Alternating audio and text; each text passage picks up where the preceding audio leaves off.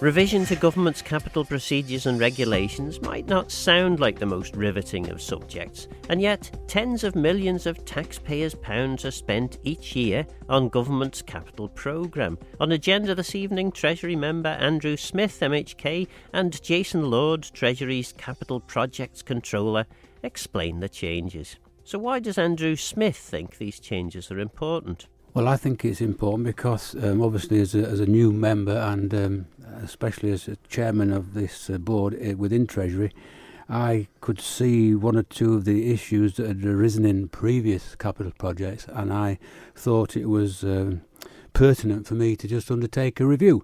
And the reason that we had our conversation is because I thought that you would be interested, and indeed the listening public would be interested to know of your past experience as a former DOI minister and being involved in major capital projects, and what we were now looking to do to obviously recognise some of the things that may have gone adrift and awry previously, and to discuss this new capital project procedure and how we think this should give us greater control and also both public and political transparency regarding future capital projects.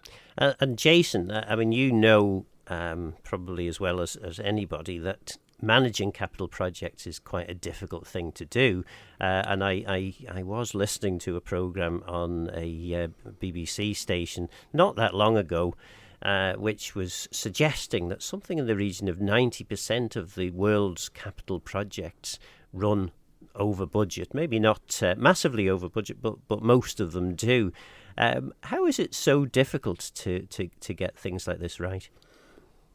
Well, in the world we live in today, because you've got a lot of market uncertainty within the capital process and materials, inflation, the wars, etc. that are happening currently in the world, it's very volatile now. So when you start a capital project, you do build a certain amount of contingency in there. However, it's very difficult to actually map out that contingency. So the costs just increasing, and you do get a lot of scope creep. So within the new process, we've defined a lot of that within the new process to define scope, so we can control and react against market uncertainty and delivery. And scope creep is basically politicians set you a scheme with their officers, and then partway through they decide actually we want to add on a little bit of this, and perhaps we could take that off, and the next thing you know, the project that you started with is different to the one that you have actually ended up with. Yes, in many terms. It's not necessarily political pressure or department pressure. The world changes, the needs change from a department and what you need to deliver. The new capital process allows us, we've got gateways through the feasibility stages to allow us to reassess, and if it's the wrong direction we can stop at that point and come back to the table again with a new project. So it gives us a bit more flexibility within the process now. So Andrew, I think anyone and everyone listening in to this programme will have their favourite example of a capital project gone bad. This is designed to stop that happening, but often when government does things like this, layers of additional red tape are introduced, which then make it more likely that something's going to go wrong because there's so much more added to the process. Please tell me that this is not the case in these wonderful reforms. Well, I'd say, from my understanding and obviously involvement with the SACIC committee, and what we're trying to do, it's definitely not another layer of management.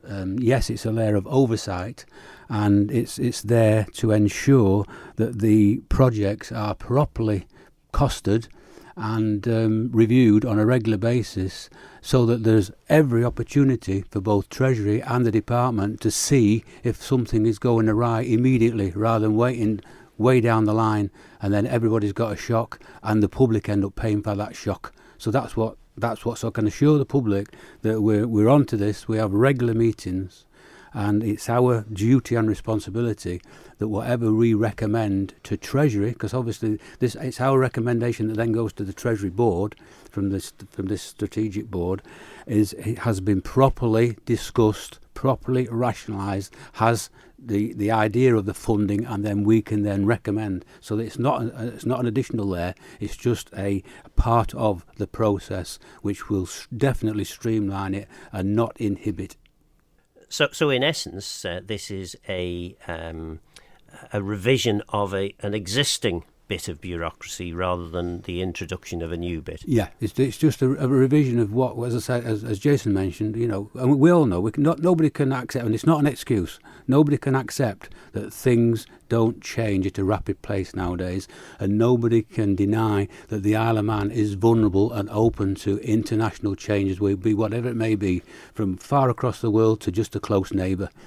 So in fairness, we've got to be alert to all these things and react as quickly as we can, and that's what we can do through this new procedure.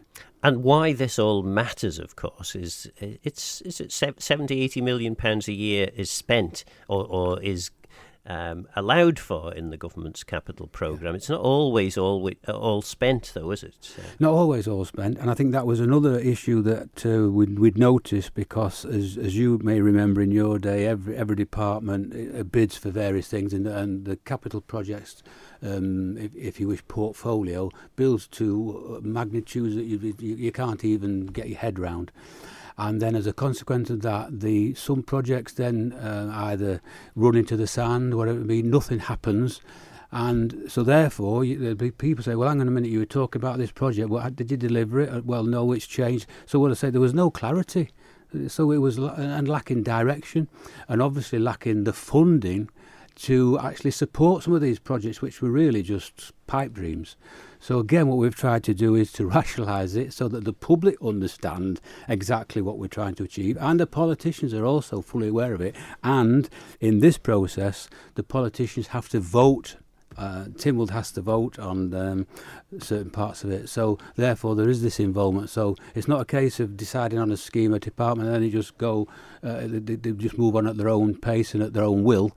There are checks and balances in here, so we've all got to be we're all on the same page at the same time. So what then has fundamentally changed in relation to the procedures? Well, if I can just give you I'll just give you this brief resume of what the capital projects overview is all about. Yeah. A feasibility study analysis analyses, if I can spit it out, a potential project's benefits, risks, costs and potential outcomes. But people would expect that to have happened anyway, surely. So if I just jump in a second, the old process, you bid for a business case once a year. That was the old bidding process for discrete capital projects, and that's what this process is.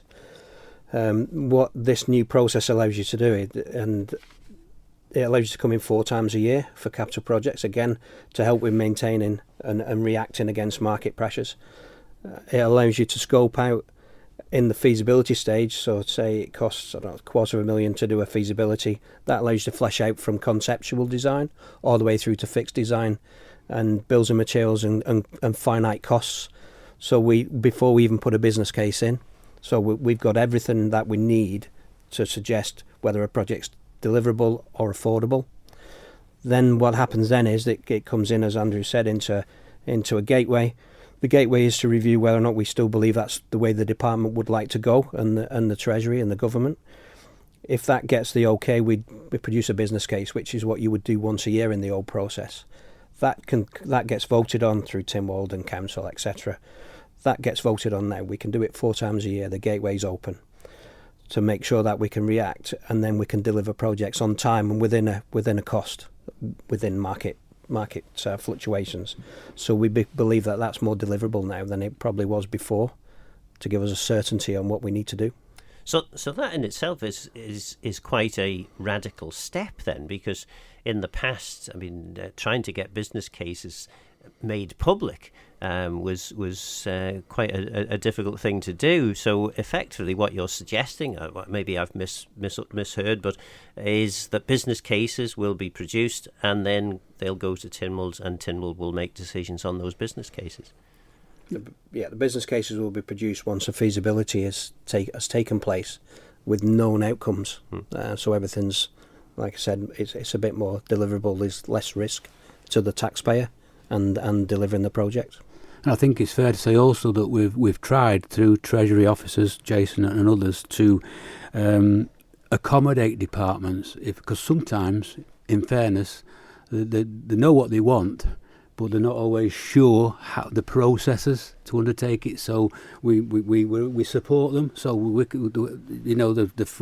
the officers within the various departments are free to discuss with Treasury officers that have got the expertise how to formulate this, so that when the business case does come before us, it's credit. It's kind of, and that's not been disrespectful in the past to anyone that may have been producing business cases. But the thing is, if we're looking to streamline the process and include accountability, then it's better to have something that's correct right at the outset than be backwards toing and froing, which causes delays and disruptions, etc.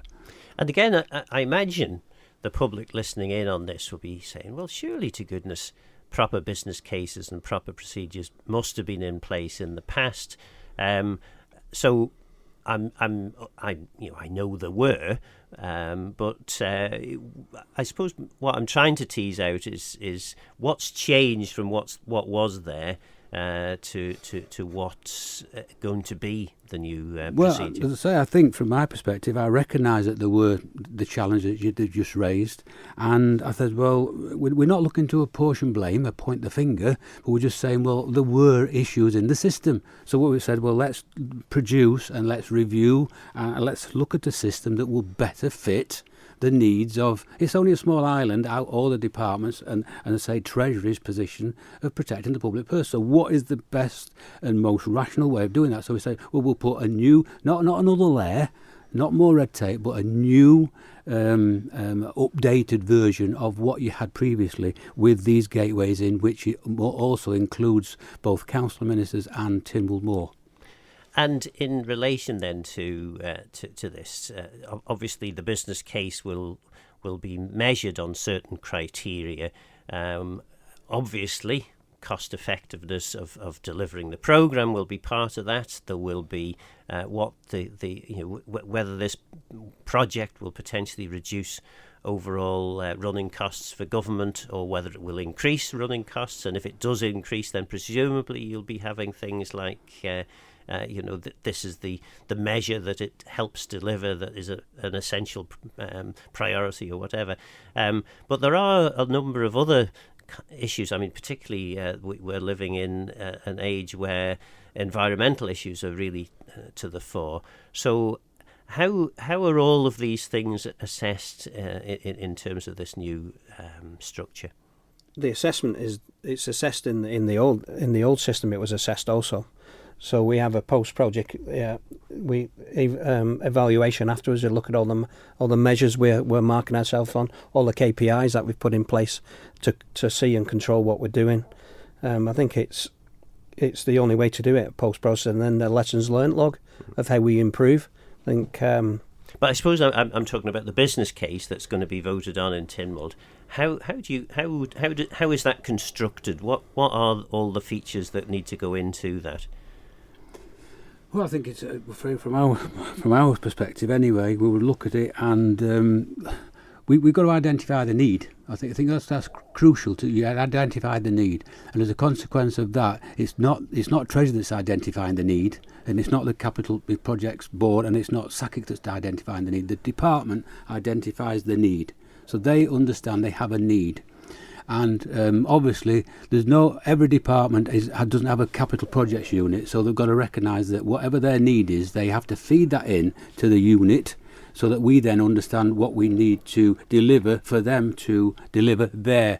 So if it's education, so they need to educate. Okay, so then they'll say, for argument's sake, they need a new school, and we talk about one at the moment. We don't need to go into detail about, obviously, but we talk about one at the moment. We've talked about it for quite a number of years. I understand that. But what we're saying, until they understand what they actually need to feed into us, then we can't develop anything. So once they've understood that need, then we say, well, okay, now leave it to other people. You put in all the matrix of demographics, etc., and then we will then look at the design team, and they will then determine the project that is required to fulfil that need. I think it's fair to say. So in part of the business case criteria, you've got social benefits and social impacts. You've got the environmental impacts and environmental assessments depending on the type of project, of course. And then you've got the green initiatives. They're all measures within the business case creation to capture all of that. And then we'd look back afterwards to see whether or not we've delivered on that. And of course, one of the essential roles of Treasury is, even with officers who are very, very capable at producing business cases, if every department of government had the most capable of officers who knew exactly what they were doing and all produced these wonderful business cases, ultimately you've got 70 or 80 million pound a year to spend, and you can't afford to spend the amounts that no doubt will flood in. That often there'll be maybe 2, maybe 3 times the number of business cases as what you can actually afford. So how is that selection process undertaken? Well, that brings me back to the conversation we had earlier in saying that you had all these departments bringing all these grandiose schemes forward because in their own way they all felt they were important to themselves. But then hang on a minute, we've only got a certain amount of budget, so then it's a case of prioritising. And I think that's also part of a discussion between the various departments and Treasury as to what then we be, obviously in strategy, and obviously Coleman is critical in this because of strategic infrastructure needs, and they would then play a part in that. Say, well, you've got all these departments with all these grandiose schemes, so out of those, which are priority? So we can tease that out from the various points of contact through the trail of the scheme. And one of the charges that certainly was brought, in my time anyway, against Treasury was Treasury had a habit of trying to micromanage the department's schemes. So, I mean, the one example I use, and it could be a misremembering on my part, but we were designing the drainage system for Peel Road, and of course, shortly after Peel Road was completed, it flooded. And DOI got the blame for that. But actually, Treasury had told us this whole climate change is a load of nonsense. It's not a real thing. Therefore, you don't need the pipes as big as you're suggesting. Therefore, we'll give you the budget for the small pipes, but not the big pipes. And then, of course, it floods. And that might be me misremembering something, but that level of micromanagement of projects was always an irritation for departments. Presumably, in the new system, that won't. Well, obviously, I can't comment on that before my time. But what I would suggest is that, from my current experience, Treasury has never been in a situation where they're trying to micromanage. Because otherwise you say, well, if Treasury is micromanaging why bother with any department? If they're trying to, we're not looking to micromanage that, which is why you bring this scheme, which it's been all through the particular department. It's been brought to feasibility. We understand that everything that's gone into it and all the independent assessment that you may have, and to quote you, in what size pipes you need for flooding, one thing or another, and we accept that. We don't. Yes, we still have to challenge certain things if it's a bit what we say. Well, hang on a minute, is it really all bells and whistles? Do it? There's still some rationale that we have to do that because you can't just carte blanche. Say, well, yeah, I believe everything that may come in with these schemes. But this is also part of, as I said, that interaction between departments and their officers and Treasury officers to discuss all these facts, and then we get the benefit of those discussions, which are then brought into this new capital procedures process with a properly worked up business case. So the obvious things that people look at when they're talking about large, grandiose government capital schemes. I mean, the one at the moment, of course, is the Liverpool Sea Terminal. Will the new procedures help reduce the risks that have led to the significant overspend there? Well, I would like, as I say, obviously, it's a project that's I've come in part way through, but I would like to suggest yes, most definitely, because there would be far more. This process that we've got here would have far more accountability. Now, in saying that, obviously, we recognise that that's an off-island project, and an off-island project, as anybody can understand, is far more difficult to keep a physical eye on. Because obviously, if you're on the island and public or anybody walking around, you say, well, hang on a minute, what's happening here on this scheme? Now, you can't physically see that. But I would suggest that this process with the checks and balances that we have throughout the procedure would definitely assist in that, because we would be in regular contact with the design engineers and all the other independent advisors that were involved in that process. So there'd be a continual ongoing dialogue. So I would suggest, from my perspective and understanding in my time, that we would be in a better place. Okay, so this is going to be introduced. Presumably, it's going to be. Is it an immediate introduction? Is it going to be introduced next year, or how does that work? This new process was introduced in April of this year. Right. Okay. Again, it's the feasibility stage is to give us more certainty about the cost and the delivery. Like I say, in the market, steel's gone up between 20 and 30%. In the old process, you would ask for X amount of money, and before you've even done any feasibility, so you don't really know what the market is, and it could take 2 years to bring to the market. Whereas a feasibility stage, because it should only take 4 months, 5 months to actually get your capital money for business case to allow you to start construction, we're reducing that gap by at least a year, if not more, to give us more certainty. So the likes of other projects that the market has changed, it has a massive impact to a big project, 30% increase. But this new process is in place. It's been in place since April, and we're currently running this new process and working on it, and working with transparency with departments to give clarity on what we're trying to deliver. And sadly, we are now coming towards the end of the programme, Andrew. So the obvious question that needs to be asked is, there's an election in 2026. By the election, are the Manx public likely to be much more reassured that the capital programme is going to be delivered on time and on budget than perhaps they are at the moment? Well, I would like to think so, and I mean that obviously a lot of people will say, well, you take the words of a politician with a pinch of salt. But I would certainly say that we are endeavouring, and we're trying to be open, transparent, and have accountability. And the thing is that every meeting of SACIC is fully minuted, and all Treasury Board meetings are fully minuted. So what we're trying to do is that they are available, or they would be available if anyone was really interested in checking through a scheme specifically. But rest assured, from my perspective, and I know the sterling works of my Treasury officers within this particular department are fundamentally supportive to this, and we are all earnestly working for a better outcome regarding the Isle of Man, its public and capital projects. And Jason, what are the key messages you'd like to get over?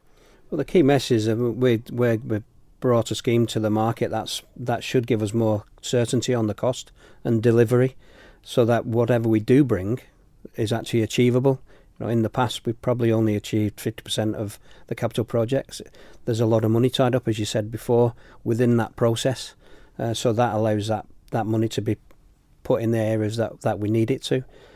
So the new flexible process allows everybody to flex within the departments and the government. If we have an emergency situation where we need money and funds, we can flex within 4 months. Whereas the old process it's a 12-month period. So it allows us to understand what's happening in the world and try to combat against that. That's what we're trying to deliver. That was Treasury member Andrew Smith, MHK, and Treasury's Capital Projects Controller Jason Lord. The capital programme has rarely been delivered on time and on budget, so will these changes help to ensure more efficient delivery of the big schemes that provide us with the services government thinks we need? Let me know your thoughts on the programme by contacting Phil Gorn at manxradio.com, and get in touch if you have any ideas for future shows.